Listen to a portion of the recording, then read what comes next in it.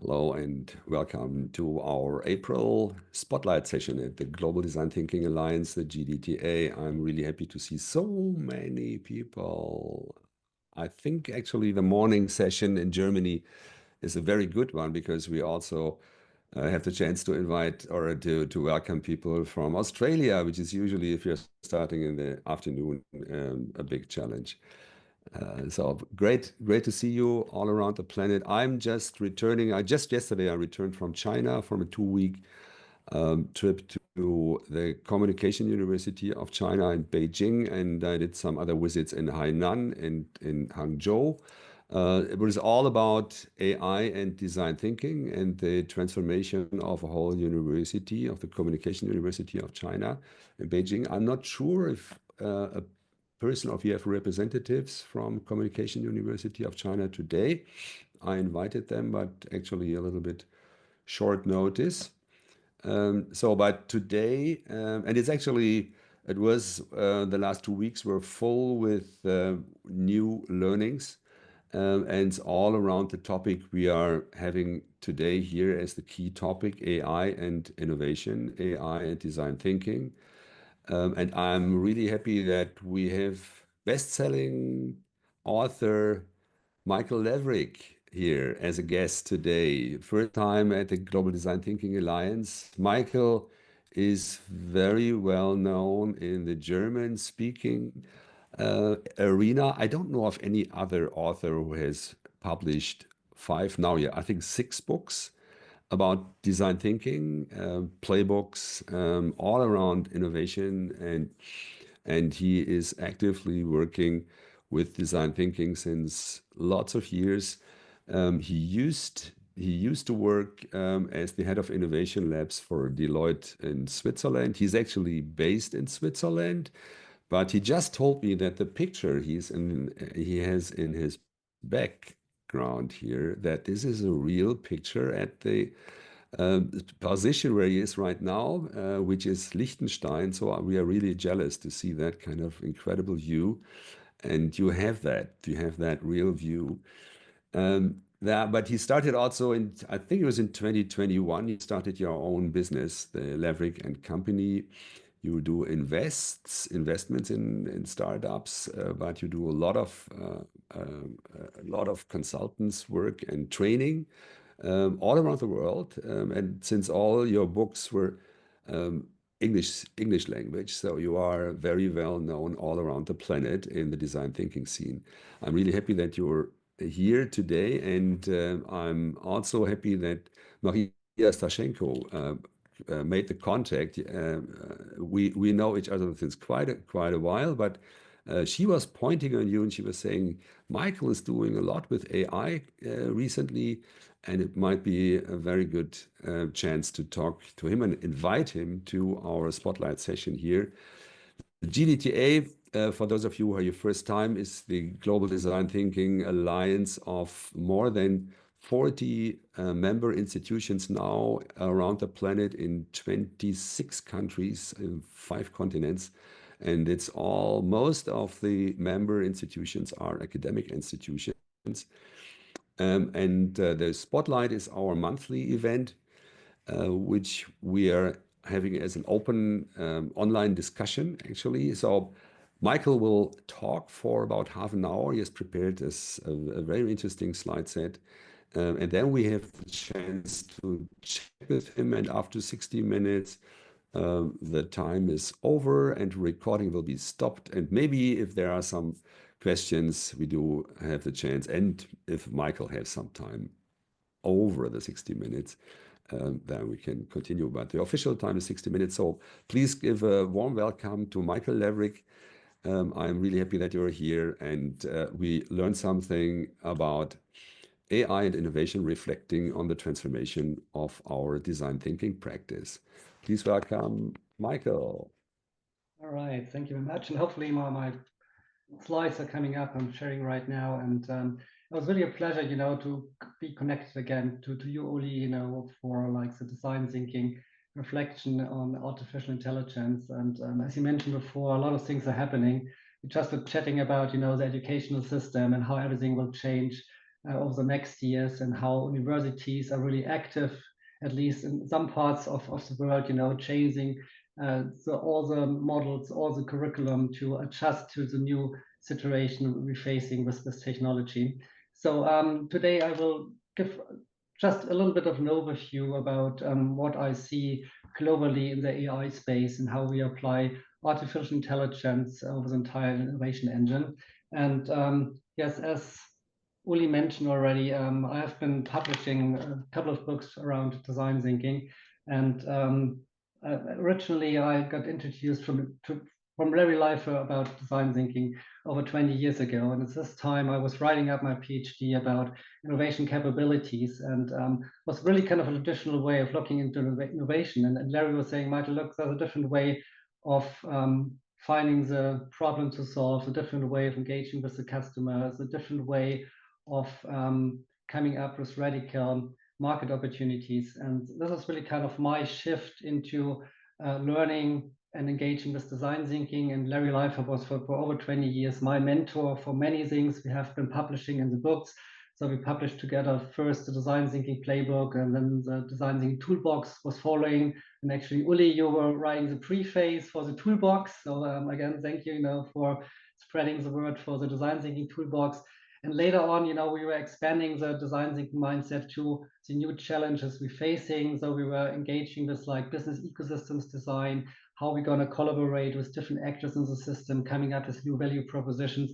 And also the latest book, Design Thinking and Innovation Metrics, was really focusing on the combination of big data analytics and design thinking, and also looking into how we can use artificial intelligence to go to the next level, and also how to use data from neuroscience, to go a little bit deeper about customer research and finding better solutions. So this is always building up with everything we do. And I think the next leap we're facing right now is how artificial intelligence is influencing our practice, our design practice, and our innovation work. Basically, what I will do today, and this is basically just a few here, just to have it in a big picture. We've been relocating to Liechtenstein, Vaduz. We have also now workshop facilities here. And if you are in the workshop facilities, that's a view out of the window, basically, while we're doing design thinking. So if you're interested in coming to Liechtenstein, Vaduz, running a session with your teams, or we have also in our planning a lot of open enrollment programs, happy to host you here in Liechtenstein and to enjoy this beautiful view with us together. So very quickly about the company, Uli was already mentioning, we do a lot of capability build. We're looking into innovation engines. We have a lot of transformation projects. We do trainings, academies, advisory, team coaching. And one of the big parts now for the last 2.5, 3 years was really how the collaboration between artificial intelligence and humans is the best way to go forward. And of course, we're using design thinking methodologies to identify the use cases. We're using design thinking methodology for the change process. We're using design thinking methodology also to see what kind of tools out of the design thinking toolbox we can align to the innovation engine and automate and make it more efficient. So I think there's a lot of kind of overlapping ideas of using this design thinking mindset into the world of artificial intelligence. That's about the company. And then, of course, today's session is really focusing on the content of 2 books. The first one I mentioned already, Design Thinking Innovation Metrics. This is one of the first ideas of applying machine learning, big data analytics, but also AI over the entire design cycle.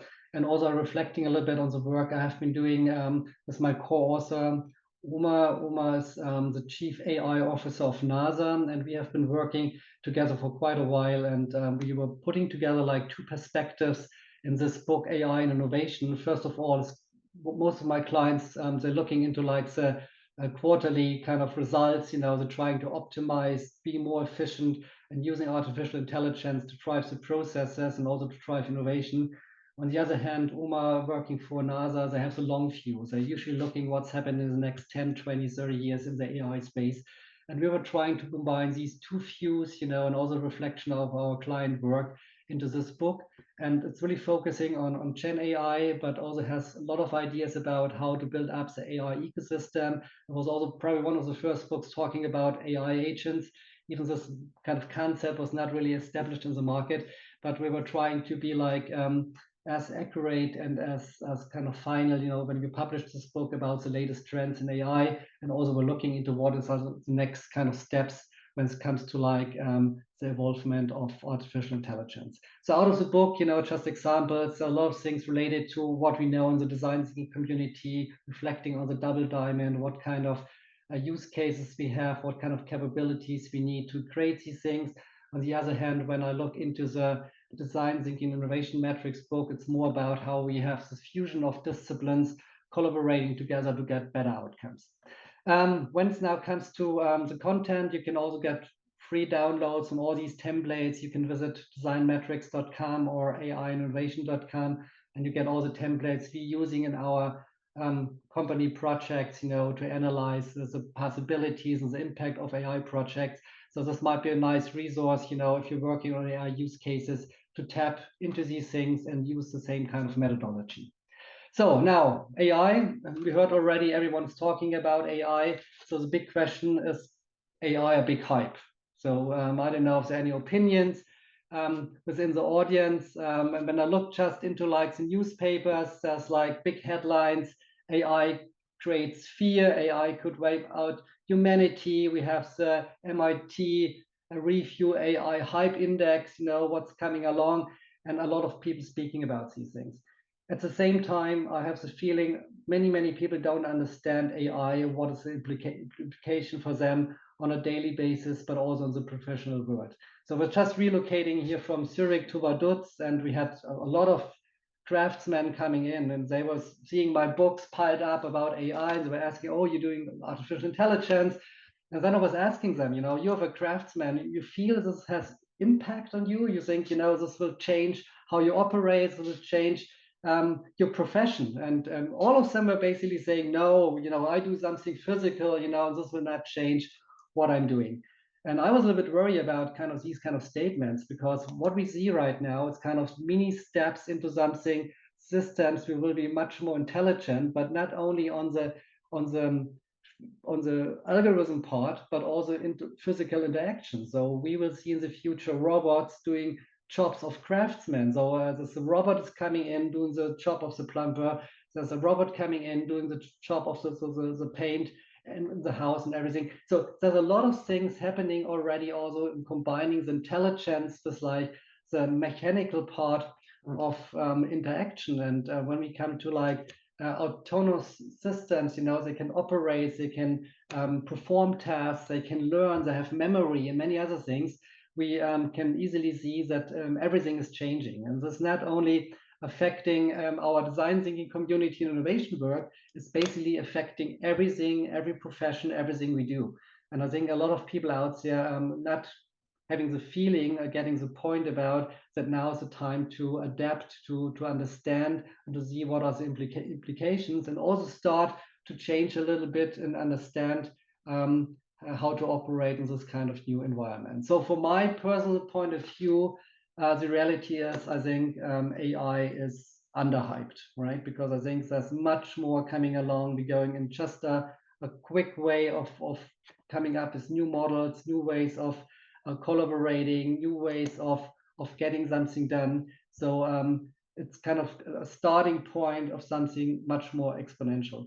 And what we see at the moment that we have like the evolution already, and I'll just go quickly into these things that we have kind of the same understanding. So we were really starting with like AI assistants, and basically all of us are using these tools on a daily basis. So you use ChatGPT, you use any other kind of language model to draft an email, to have like something organized, to use it within your design work, to synthesize data, to analyze customer feedback and many other things. So this is something I think we have seen now for the last 2 years really heavily. There was already approaches before that we used machine learning and data analytics to do these things, but I think kind of a mass kind of adoption has happening over the last 2 years that all of us are using these tools on a daily basis. Then the second part is really kind of AI agents, that you really create something you know already the goals, you have kind of a dynamic interactions, and you get outcomes out of these things. And this is also something, I mean, a lot of people have been doing these things. And of course, when we have like smaller tasks within our innovation process, usually we're using these AI agents to get like up-to-date information for like research papers, or we're using it for creating teams and many other things. So these AI agents are also kind of established in many organizations and part of our daily routine. The next thing what we have seen now also for quite a time, but it's still new for many organizations, agentic AI.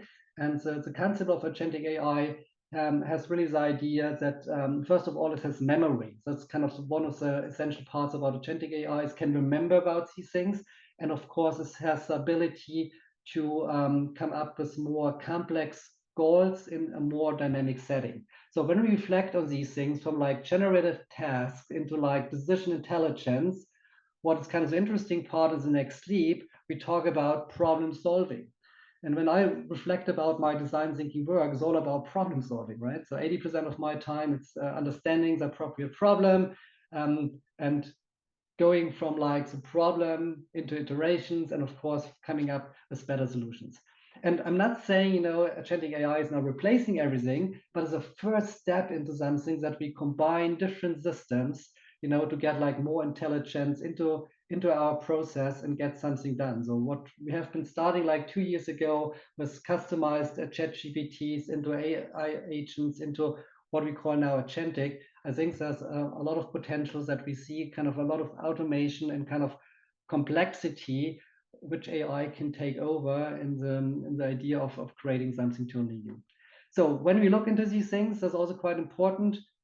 Just everything related to chat GPTs, customized chat GPTs, was really hard to identify the return on investment. For many companies, a big investments, we were using these things, we have to pay for all these tokens, and finally the outcome was okay. If we didn't have anything at scale and we had like a lot of routine work, you know, influence on this task, was really hard to find the return on investment. Now with agentic AI, this is probably the first time you can really identify the return on investment, you know, from these kind of outcomes out of the system. The next part is really kind of the shift from AI supported ideas into AI ideas, right? So this means that the system is generating by itself new concepts. So it's learning from something, it's using these concepts, going to the next level. We are not quite there, that is coming, and probably also the future about general artificial intelligence, short term is AGI, but the agentic AI idea is kind of first way that we go into something which is combining different systems and using the complexity of different sources into something we can have judgment and finally solving a problem.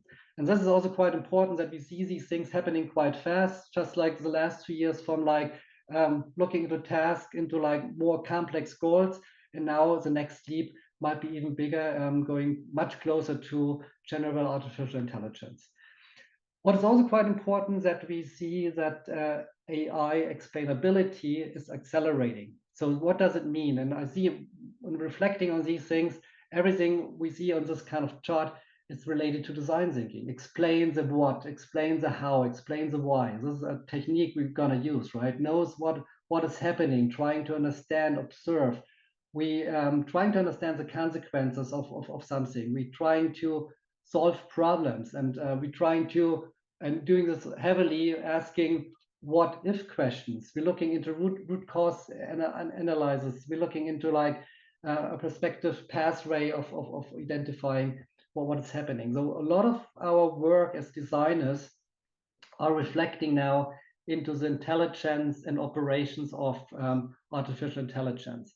But for realizing these things, we need more than large language models. We need more than just chat GPTs. So what we're going to need, we did different layers.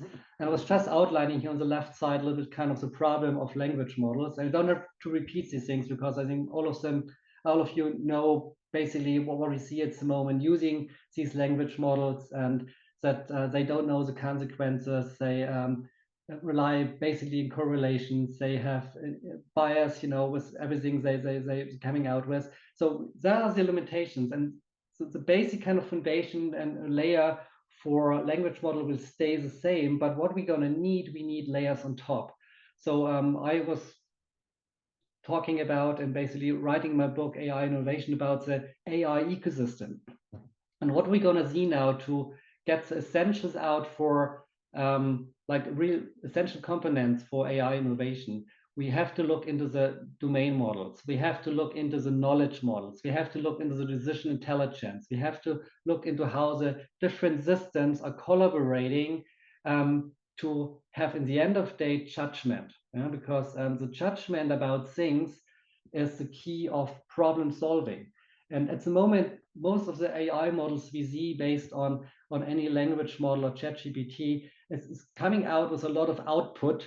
And finally, we have to adjust, we have to validate because we can't totally rely on these things. But with the next leap of artificial intelligence, with like agents and agentic AI and putting a little bit kind of more layers into the system to verify and to validate our decisions, we're coming close to something really helpful for our innovation work. And this is basically what I'm working on with my clients, that we not only use like single tasks, what's nice for having a better, more efficient process, being more effective, but also looking into something with giving kind of a real kind of possibility of solving problems. When it comes to these use cases, I would just so endless. We have like 500 use cases over the entire innovation cycle we can apply into the AI world.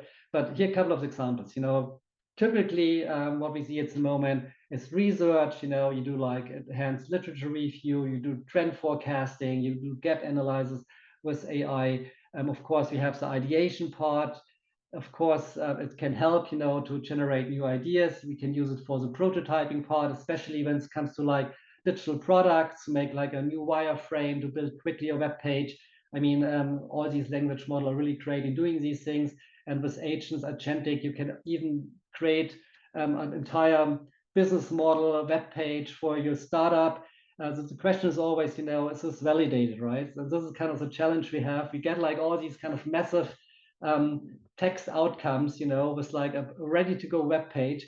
But finally, is this something really people are buying or not? What is kind of the validation? Or is this just like correlation of words, we see as an output? And that's the reason why we really have to go to the next level, as I mentioned before, into this ecosystem of domains and knowledge and decision intelligence to come up with something more precise. On the other hand, of course, we're using it for testing reasons, so we can have like personalization for like prototypes we're testing, or we're just using it as over the entire process. So a lot of companies we're collaborating with, we're using it for like knowledge management, we're capturing customer feedback, we're trying to define point of views out of the knowledge we have been collecting over the entire design process, and basically using AI for collecting, analyzing data, and this data is helping again over the entire design cycle to have like better starting points for our challenges or point of views or whatever you're standing over the entire cycle. So basically these use cases, I think everything we have on this list, we can build nowadays. We can build it with customized ChatGPTs, with agents, agentic AI, but it's still kind of an early phase of supporting us as humans in the entire innovation work. And the question is really, how much more time does it take to go to the next level? It's always hard to predict with technology, because my experience with technology, you're always wrong predicting technology, and some things are happening quite quickly and other things are not happening at all. So, but there's a big chance with kind of these advancements we see at the moment that systems start learning by themselves, and if they start learning by themselves and optimizing themselves, that we get like even a more exponential kind of curve of applying AI for our innovation work. Because it's just like what I'm observing, what I have the feeling at the moment for AI and innovation. So outcomes, of course, you can get like easy, quick outcomes from one prompt, immediate impact. I was just putting an example here. That's a campaign from Denmark, from WWF, and basically what they did, so creating a campaign about what is the hidden cost, and this was a collaboration between humans and AI. And you see from the pictures, this is something done in probably 4 prompts, having a language model, having capabilities of creating images.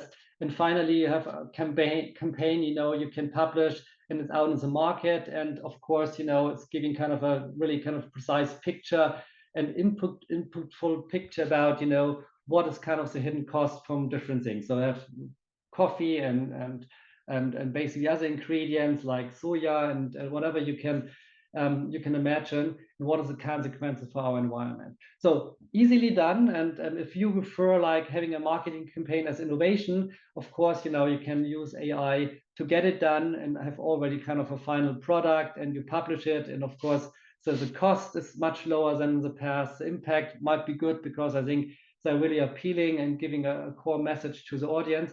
Or you're looking into something more serious, kind of a totally new product, a totally new service, a totally new business model. And then, of course, you might have to use like different models. And also the level of interaction between humans and AI might be totally different. Because also the challenge right now with a lot of language models, what I observe, they use data from the past, right? And if you're using data from the past, you're always kind of designing and creating something out of the past, but you're not looking into like what's like kind of the future, what is the future customer needs, what is kind of the future perspective on these things. And here, of course, we can use synthetic data to a certain point. On the other hand, I think we still need some human interaction to get like the right direction into what we like to achieve and how to get these things out. So other examples, something I've been working on for the last 2 years, I have building a small language model. And the beauty about the small language model is really precise. So we have been using Gen AI capabilities to create a unique database based on the design thinking book series. So basically, we have used the design thinking playbook, and we have been analyzing and categorizing entire content in a database, and the language models interacting with the database, and we created a small language model to having a coaching experience in design thinking. So basically, you can use the chatbot, and that's basically also a free version. It's not so advanced as the paid one, but I think it's giving you a glance and understanding what you do. So you enter the design thinking assistant tool and you ask any kind of question. So you ask, what is a problem statement? And you get an answer. You're asking, what is a good how might we question for a hospital in Indonesia who likes to create an ecosystem for like tourists coming for a specific treatment.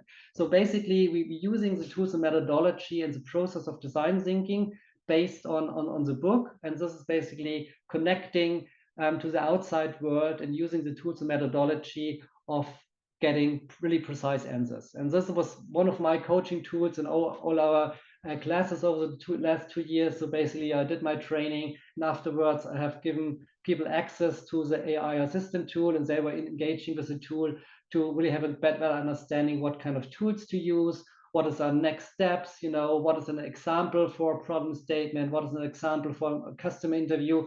And this really helps to scale also my knowledge to a broader community. Another example, how to use artificial intelligence over the entire design thinking process. So there are many, many examples of these things, and it could be endless. I was just using here one example to create a how might we questions for and to integrate AI into the global community we are broadcasting out today. And basically, the bot is giving you an answer and saying, look, there's a point of view. This might be a how might we question, and then basically next steps.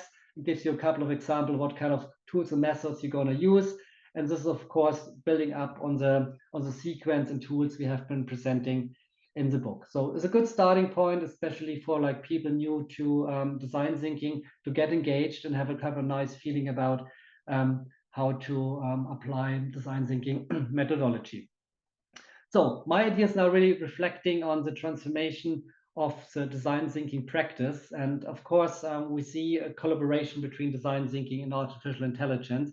And the thing is really, what does it mean to our work as practitioners, how we have to change how we operate, how we work. And I think, first of all, there's still the human side of doing things, because I think there's a lot of powerful things in design thinking we're going to use, that we have our ability of building up empathy, that we connecting these dots, that we collaborate with other people, but at the same time, we can use all these AI mechanisms to get better outcomes. So two shifts, I think are quite important. I think the first thing is really that you become more and more an orchestrator of the problem solving process. So you're not kind of leading step by step, you're more orchestrating data points, you're more orchestrating AI models to get something done. And the second part, also quite important, there's a shift from the definition of the problems, because now you're reframing it that AI understands how to solve the problem. And this is a different way of putting the problem statement together, because in the past, we were trying to find the problem, everyone in the team's understandings, reflecting to the customer needs, and basically we were outlining the problem statements on the insights we have been collecting. Now, if you're engaging with the AI system, you might have to shift into something that the AI model's understanding what is the problem to solve. You have to give context, like what is the strategic direction, what is kind of the frame we're operating in, and this is a different way of defining the problem statement at hand. So these are two big shifts, I see at least operating in the combination of human and AI. And of course, this takes a little bit kind of a different thinking how we approach these things. Then the second thing is about skills and capabilities.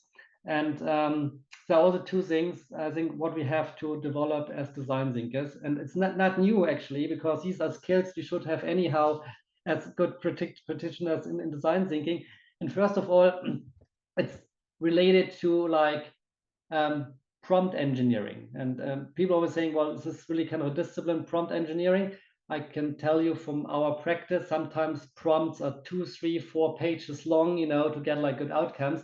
So how you define the prompt and how you adjust the prompt for get specific outcomes is definitely something, you have to learn if you're operating with large language models. Then of course you have to understand technologies. I think for everyone, doesn't matter if you're the CEO of a company, if you're leading a faculty as a professor, or if you're facilitating design thinking workshops, I think you have to have an understanding about technology. It's not the time anymore that we can avoid and we can say this is something someone else should take care about. I think everyone has to have a basic understanding about technology to define and also to collaborate with AI agents and agentic AI. And then of course the next thing is about what kind of skill set we're going to use. And I know critical thinking and systems thinking for a long time we have been using in design thinking, but it becomes even more relevant, especially if we're talking about the possibilities now of problems we can solve. And I will come a little bit later about like really big, wicked problems we can work on. And I know we have been already referring to wicked problems for many years, but now we can work on even bigger problems and solving them, and not only solving it for the customer user, we can solving it for all stakeholders. We can solving it to save our planet, right? We can create systems who are not harming each other. We can really focusing one side, the human interaction, like the core element of design thinking, focusing on the customer and the user. On the other hand, we can include all the stakeholders, all the living kind of elements on the planet to create better outcomes. And this is the reason why I think we need not only the design thinking mindset, but also a lot of system thinking. And of course, I think another kind of core capabilities in the area of human and AI collaboration is strategic foresight. So doing futures, doing foresight, as an ability to imagine how the future will look like.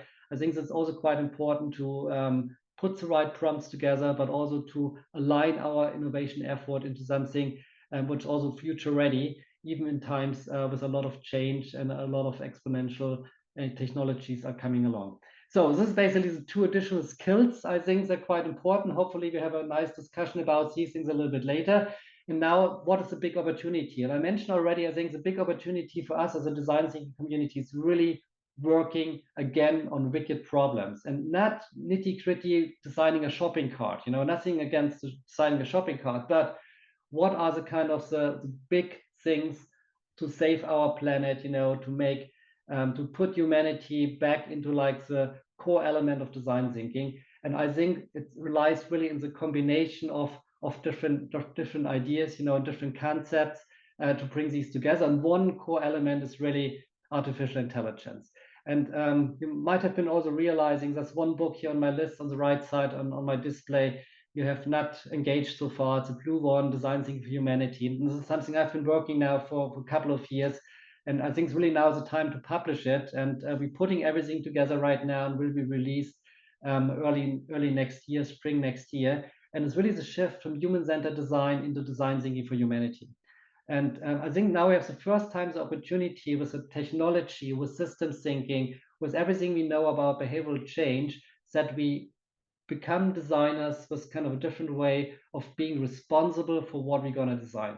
And my reflection is for like the last 300 years of industrial revolution, we as designer, we did a lot of good things for like customers to buy products, but we also did a lot of harm to our planet, right? We have not looked into the consequences. We have not looked into what is kind of the recycling process afterwards. We have not looked into, what is kind of some material we're going to use, what are the effects to our Earth.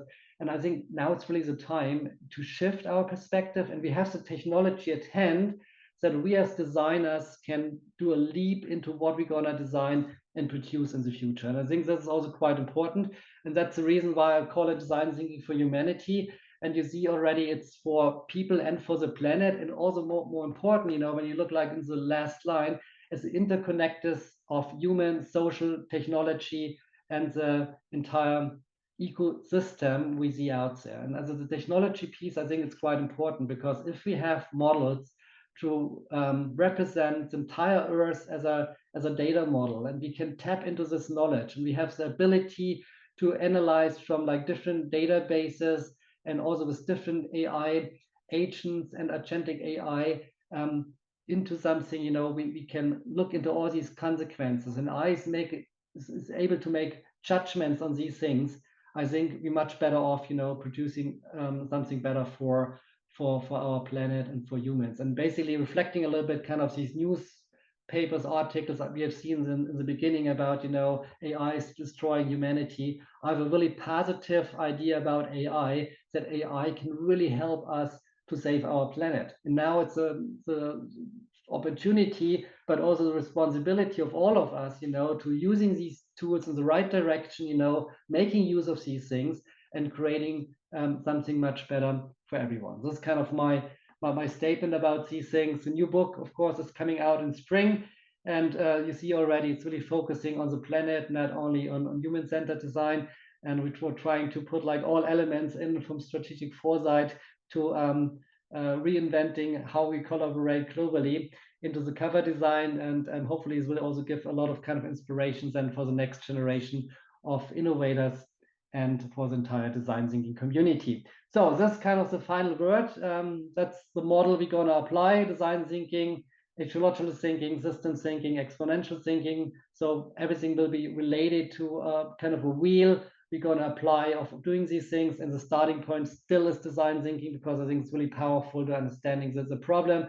But we need all these other competences, and including exponential technologies, to make it happen. And this kind of the new spinning wheel for my work, to put a little bit more purpose and impact to everything we're going to design and produce in the future. Okay, so thank you very much for sharing my view on AI. It was just kind of a narrow view about a lot of things happening out there, but hopefully we can have a nice discussion and some questions about the concepts I have been presenting. Thank you very much, Michael. And a big applause to you for that kind of very comprehensive summary and brief, concentrated look on the AI. I think there's already some questions, remarks, reflections on the in the chat, but maybe there is something. Let's open the call here. I would ask all of you who are willing to ask something or to comment, please switch on your camera and your microphone and use the tools. Either raise your physical hand or, oh, I think looking at the physical hands will be a little bit of a problem. There is two. Nalin from India. Nalin, first. Hey, Mike, wonderful presentation. It's really eye-opener for me as well. and also to all the GDTA Spotlight members. Wonderful to start with. And the question I have is like, how do we actually bring all these into practice if we are going to scale in larger number? Just a personal project, it's fine. A smaller startup is fine. How do we scale it for larger numbers? That's my question. I think again, it's all about collaboration, you know, and I know we have a lot of challenges at the moment that we're not collaborating because geopolitical crisis, like wars in trade and everything. But I think the key point is that we're connecting the dots, you know, and that we start collaborating, basically changing our ideas about how we use AI over the entire innovation process, and be connecting our models. So really always try to open up and say, look, why we're not going back into a world where we use different AI models from different regions in the world to validate, to align the systems, to collaborate on specific design challenges. And I think the key element is collaboration. You know, we have to start collaborating again and getting out of this mindset that every nation is by itself and we're in a competition for these things. I think when we start designing again with a lot of purpose and for the better good, the key is collaborating. I think the design thinking community and Alliance here is a good example, you know, how to start with. But it's always with all these things, you know, you have to initiate something. You have to start, you have to invite people, you have to start a discussion, right? You have to be open about these things.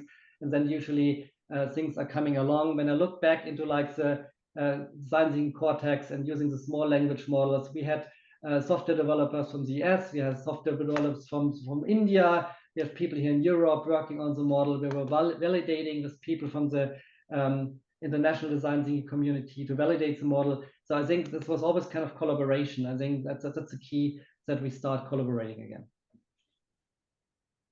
Thank you. Thank you. Andre.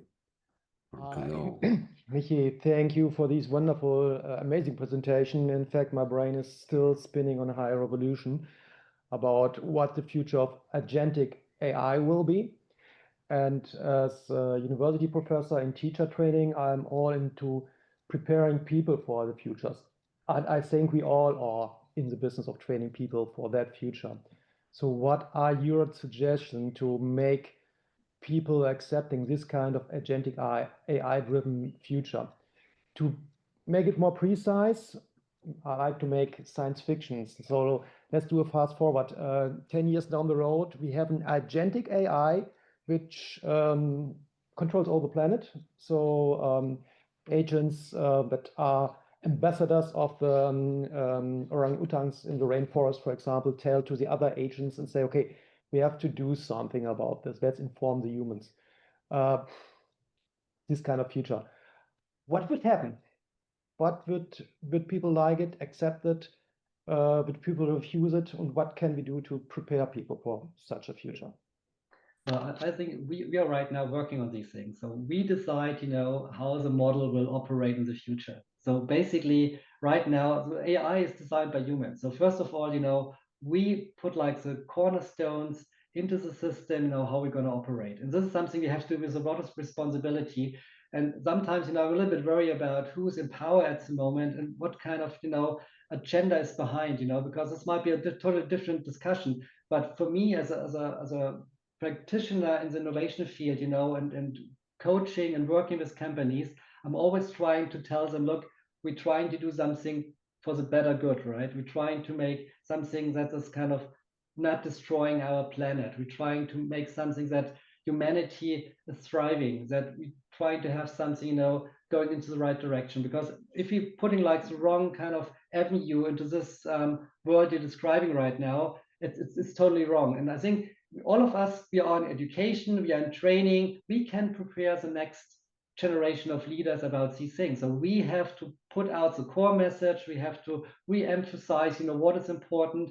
And then of course, we also have to monitor how we design our own processes, that we have good outcomes, and also steer the system into the right direction. I think that's the only thing we can do right now. And I know these are small building blocks, and there might be kind of bigger wheels, you know, in the world deciding on these things.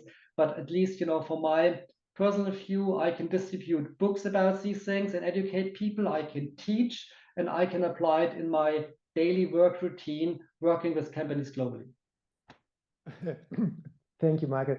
If I may shortly add up, I had already the utopia. So all these agents work together and try to get our humans behind good ideas to cover the planet. And you already brought up the dystopia that sometimes in the future, say American AIs decide that the European AIs are somehow bad and that they put up a fight and draw us humans into it. That seems to be the dystopia that you have in the back of your head. So our task as connected human design thinkers would be to keep the planet connected so that we develop the utopia and warn about the dystopia. Yeah, I think that's basically, I think, also kind of this doing futures foresight, and outlining this positive future is quite important. And we in the design thinking community are really good in creating these kind of visual elements, how the future will look like, and if you see the picture, and there's a saying in the Silicon Valley for a long time, you get what you foresee, right? And basically this is what it is, if we putting out a future with kind of positive elements and how everything's operating, we get a positive future. If everything is negative, right, of course, we're creating this kind of future. And I think we as a design thinking community, we have to create this positive future and show people, what's happening. And hopefully a lot of people will follow and have this kind of a picture in mind, and also kind of this picture is transferred into AI, because AI is learning from these pictures, that we get into this more positive way of collaborating and getting something out of AI. I heed your words. Thank you. There is a question, or actually a reflection and question from Zara Araya in the chat, and she was basically saying that everything you were talking about, Michael, is reflecting what she is doing when she is working with teams. And she had the question, when guiding / prompting human intelligence versus artificial intelligence, what are the similarities and what are the differences? Yeah.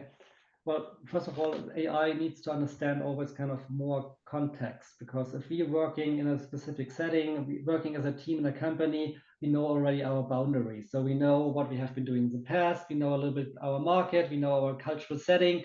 So there's a lot of kind of predefined knowledge. And if we are interacting with the AI system, it's more like Planck, because the AI system doesn't know if you're operating out of Indonesia, China, Europe, or where we're sitting right now. At least when you engage with the system, it's not recognizing the cultural background. I think the major difference is that a lot of kind of knowledge we have already in our mind of start collaborating is not existing within the AI kind of idea. Now with agentic AI, with memory and history and looking back into these things, it's much more possible that we once creating a flow of information and getting something out, so that the system is remembering, oh, this is just for the German market, this is just for the Indian market, and then basically building up on these things and being more precise with the outcomes. But I think initially, when we start interacting with these systems, we have to be really precise. We have to explain everything to the system, to get like the best outcomes.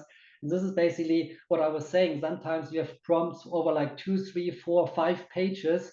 And of course, it matters, what kind of content you put and what kind of outcomes you like to achieve to trigger the right things with the language model. And here I think that's a major difference is kind of how we're going to describe, the problem to solve and the task that AI really understands what we like to get out. Thank you. Oda, are you willing to ask a question live here, or just a... Hi, Uli. Hi, Michael. It's more really of a reflection because of this polarity in opinions. So when we introduce AI to students, I show them videos on the two ends, and they have to decide for themselves which way they think it's going to go. And you said something that struck me as very important, that you're always wrong when you predict where technology is going to go. But can everyone be wrong? So I think the level of uncertainty here is unprecedented, especially for younger generations. And I wonder if you have any thoughts on how we can help guide students, reassure them, and encourage them to use AI in a way that doesn't threaten the way they learn. Because I think this is the threat that we as educators are really concerned about. Yeah, there are two things. First of all, the way how we learn in the future will be totally different. I see now the big announcement from China, US, that AI is part of the daily routine in schools. So my point of view is that we really have to start educating about critical thinking again. So and design thinking is a tool of educating about critical thinking. So when I had started with data science students like 15 years ago, we initiated like the first programs for data scientists. And for me, it was always really important that all these students went to like a boot camp 1 week of design thinking to understand and questioning what are the outcomes from like data models, what is kind of the idea behind algorithms, and questioning and asking the right questions, to understand what is really behind. And my feeling is, really have to go back into this kind of understanding that not everything coming out from AI is true, and we might be influenced, from big platforms and many other things. So this piece of questioning, and also using your own reasoning, I think it's one of the most important parts in the world of artificial intelligence. And this should be taught not only at university level, but really early now in high schools, even earlier in school, that people not just relying on the outcomes of artificial intelligence, because there will be a lot of kind of influencing factors, what we see and we believe it's true, but might be not true. And the second part is, about technology. I just give you the example. When I was writing up the red book, Design Thinking and Innovation Metrics, it has probably like 50 pages about data analytics and AI. And at this time, I was doing a lot of work for clients with like chatbots. It was basically conversational AI, implementing chatbots. And I thought, maybe that's too early. Why can I put something in the book? 99% of people not understanding this world. And this was more bad. I was publishing this book before the big hype about Gen AI came along. And basically, this was just like a stomach feeling. But from like a rational point of view, was saying this 5 years away. People will not understand what is machine learning, what is artificial intelligence. And now we had like this kind of influence from like opening up, and everyone is using it, and it was spreading out in no time. So I think predicting technology will be still hard. And when I just look back to the last 20 years, it's really, really, really, really, really hard, to do so. I would basically say to people, look, be open, right? So there'll be a lot of leaps in innovation. And every time something new is coming, try to learn and understand, and not trying to show them already what's coming up the next 5 years, and this is basically the steps what you have to learn. I think we have to be adaptive, and we have to be open to change. Also our learning agenda with the new technology coming in, and new technology is not coming in on like a 5 to 10 years basis. It's basically coming in every second month. So basically you have to, as a teacher, you have to educate yourself, you have to reflect, and you have to bring state-of-the-art tools and methodology and AI frameworks to your students, and work with them. That's probably the only way how to participate and anticipate with the AI developments. Thank you. Actually, that I was having a question regarding the education system, but you're answering part of it already. So how would you see the change in the education system? Let's focus especially on universities, which are represented here mostly. I think in the next 5 years, how would you see that with your experience? I'll probably say like 50 to 60% of all things we're teaching are wrong, for the future. So basically, I think we have to reinvent our curriculum, or the content we are teaching, and also put in a different perspective, what kind of knowledge we're going to use in the future. And I think this is basically, the big challenge from faculties and university heads, to say, look, what is kind of our agenda for change? How quick are we applying these things? What I'm observing at the moment, that we're really good in changing the title of the models and what we offer. So now it's not product management anymore. It's AI and product management, but we're teaching exactly the same what we have been teaching the last 20 years. And I think that's wrong, right? I think we really have to do our homework. We have to go into like, what are the capabilities we teach? What is inside the curriculum? And then, of course, a redesign and come up with new kind of teaching content, but also the way how we're going to teach. I think this is also changing a lot. And I think this is now the time to do these things and not wait. And it's not waiting for the next 2 years that we have a review of all our models. I think you have to do it proactively. And what we have been doing, we have been working with universities and using design thinking, right? Again, what are the future student needs? What is the technology implication? What are the trends we're seeing? What is kind of the knowledge the job market is needed right now? What might be the new job profiles in the next 2 to 5 years? And not waiting again 5 to 10 years and saying, oh, now it's approved.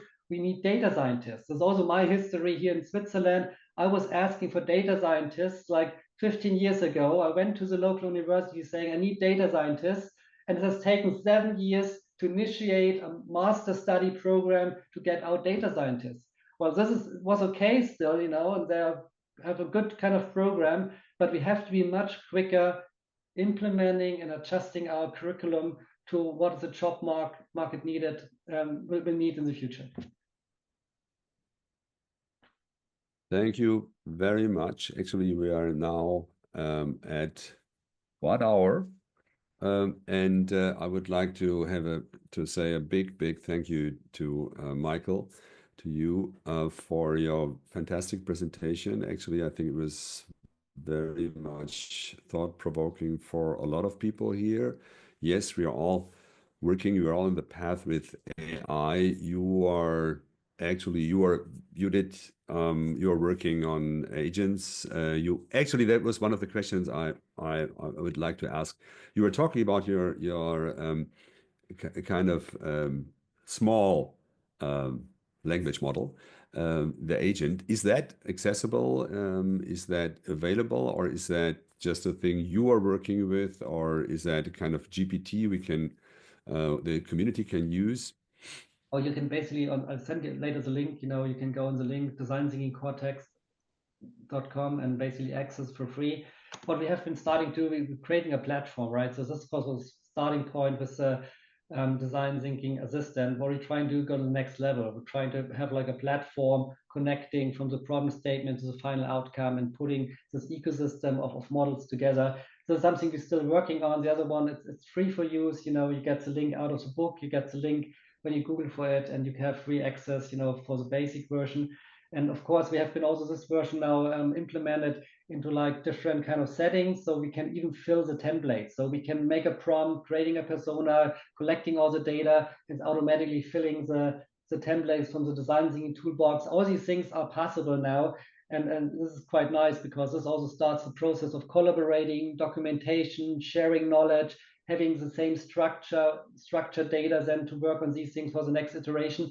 So basically, we basically also going with all the leaps in AI, to improve the model, but the free version, the AI assistant, and also for ecosystem design, there's free access over the webpage.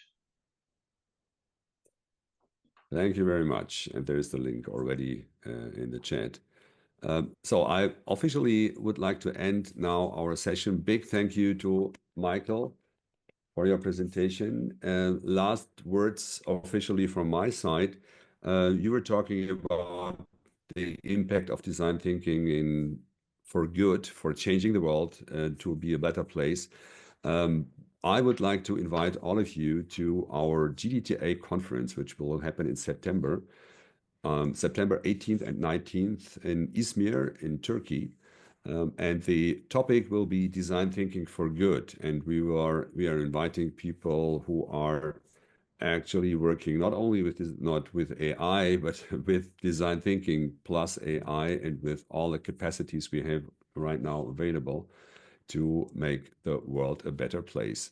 Design thinking for good, GDTA conference, September 18th and 19th. So thank you very much. I think we stop the recording now. For those of you who want to know what the GDTA Spotlight next month is, you have to check out the website, because we are working on that right now. Even the date is not secure yet, but it will be probably something with no AI. Who never knows? So thank you very much. And